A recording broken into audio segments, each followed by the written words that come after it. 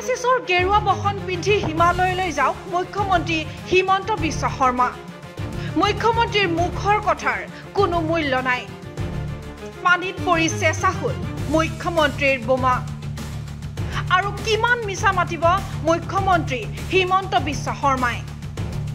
গৌৰৱ গগৈ প্ৰসংগত কোনো তথ্য নাই মুখ্যমন্ত্ৰীৰ হাতত। ৰাজ্যৰ ৰাজনীতিত এতিয়া সঘনাই চৰ্চিত বিষয়টোৱে হৈছে সাংসদ গৌৰৱ গগৈ পাকিস্তান প্ৰসংগ। শেহতীয়াকৈ পুনৰ উত্থাপন গৌৰৱ গগৈ তথা পাকিস্তানৰ বিষয়।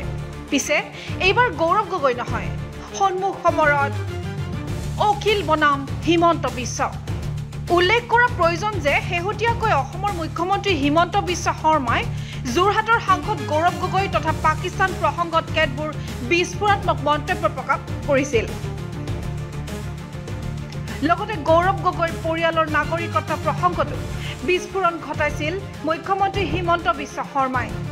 আৰু তাৰ পাছতেই মুখ্যমন্ত্ৰীৰ ডেডলাইন 10 ছেপ্টেম্বৰ দিনৰ 11 বজাত ৰাজ্যত হ'ব মহাবিস্ফোৰণ। গৌৰৱ তথা পাকিস্তান প্ৰসংগত A to Z বিৱৰণ দিব মুখ্যমন্ত্ৰীয়ে।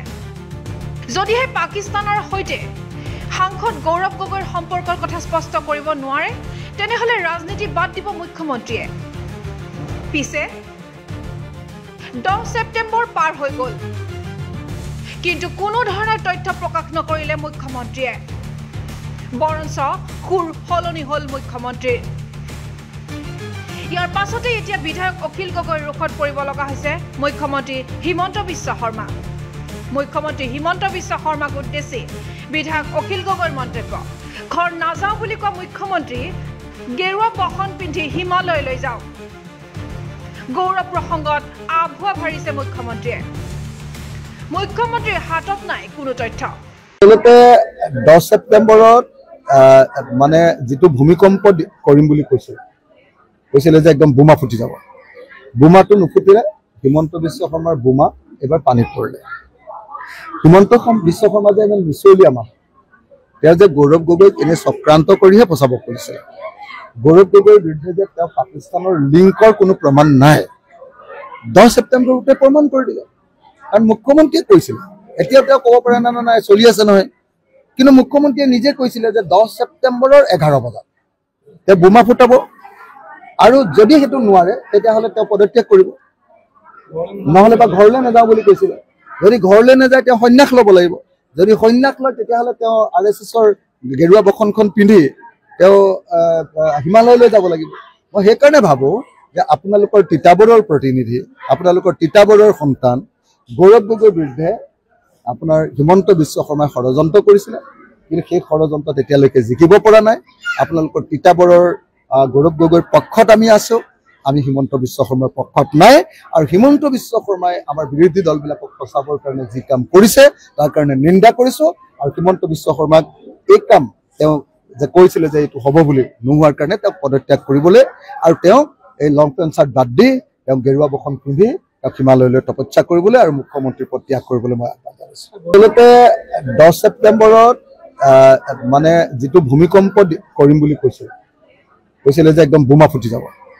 বোমাটো নুফুটিলে, হিমন্ত বিশ্ব শৰ্মাৰ বোমা এবাৰ পানীত পৰিলে।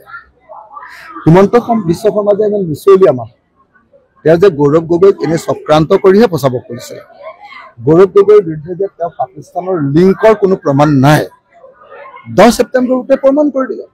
কাৰণ মুখ্যমন্ত্ৰীয়ে কৈছিলে, এতিয়াও তেওঁ ক'ব পাৰে না নাই চলি আছে নহয়, কিন্তু মুখ্যমন্ত্ৰীয়ে নিজে কৈছিলে যে 10 ছেপ্টেম্বৰৰ 11 বজাত তেওঁ বোমা ফুটাব।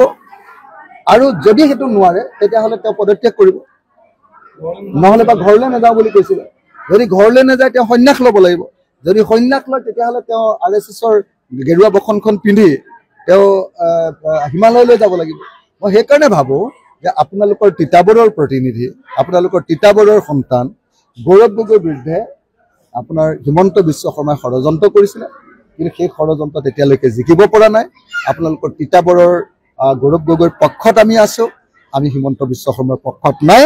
আৰু হিমন্ত বিশ্ব শৰ্মাই আমাৰ বিৰোধী দলবিলাকক ফচাবৰ কাৰণে যি কাম কৰিছে তাৰ কাৰণে নিন্দা কৰিছোঁ। আৰু হিমন্ত বিশ্ব শৰ্মাক এই কাম তেওঁ যে কৈছিলে যে এইটো হ'ব বুলি নোহোৱাৰ কাৰণে তেওঁক পদত্যাগ কৰিবলৈ আৰু তেওঁ এই লং পেণ্ট চাৰ্ট বাদ দি তেওঁ গেৰুৱা বসন পিন্ধি তেওঁক হিমালয়লৈ তপস্যা কৰিবলৈ আৰু মুখ্যমন্ত্ৰীৰ পদ ত্যাগ কৰিবলৈ মই আহ্বান জনাইছোঁ। এতিয়া প্ৰশ্ন হয়, বিধায়ক অখিল গগৈ কি প্ৰত্যুত্তৰ দিব মুখ্যমন্ত্ৰীয়ে?